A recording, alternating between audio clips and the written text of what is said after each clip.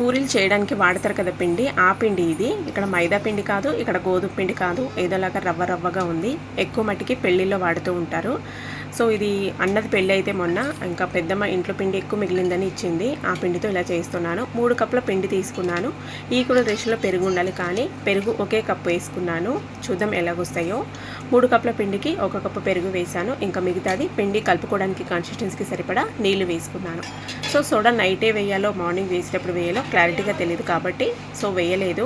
ఉప్పు ఒకటి వేసి మిక్స్ చేశాను. మార్నింగ్ చూస్తే ఇలాగైంది. ఇప్పుడు ఇందులోకి నేను ఇక్కడ ఉల్లిపాయ ముక్కలు అండ్ పచ్చిమిర్చి ముక్కలు, జీలకర్ర, సోడా అయితే వేస్తున్నాను. సో అన్ని క్లారిటీగా చూపించడానికి నా దగ్గర ఇక్కడ ఊరికొచ్చాను కాబట్టి స్టాండ్ కానీ ట్రైపాడ్ కానీ ఏది లేదు కాబట్టి ఇంకా నాకు చూపించడానికి అంటే డీటెయిల్గా చూపించడానికి కుదరట్లేదు. సో ఇలాగైతే చేస్తూ ఉన్నాను. మొత్తానికి అన్నీ వేసి బాగా మిక్స్ చేసి ఇలా చిన్న చిన్నగా పునుగుల్లాగా వేశాను. ఫస్ట్ టైం చేస్తున్నాను కాబట్టి బోండల్లాగా పెద్ద పెద్దగా వేస్తే మళ్ళీ కరెక్ట్గా కుదరకపోతే వేస్ట్ అయిపోతుంది అని చిన్న చిన్నగా పునుగులాగా వేశాను. కానీ మా పిల్లలైతే ఈ రెసిపీకి బోండా అని పేరే పెట్టేశారు. సో అంత బాగా కుదిరాయి.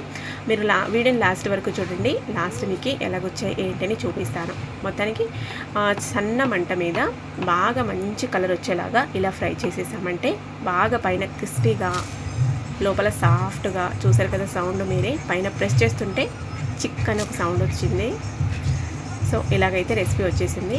టేస్ట్ అయితే సూపర్, కానీ దీనికి చట్నీ చేయలేదు, అందరు చట్నీ చేయలేదని అడిగారు. నెక్స్ట్ టైం కప్పు కొలతలతో డీటెయిల్గా ఎక్స్ప్లెయిన్ చేస్తాను. నచ్చితే ఒక లైక్ చేయండి. ఇలాంటి మరిన్ని వీడియోస్ కోసం ఛానల్ని ఫాలో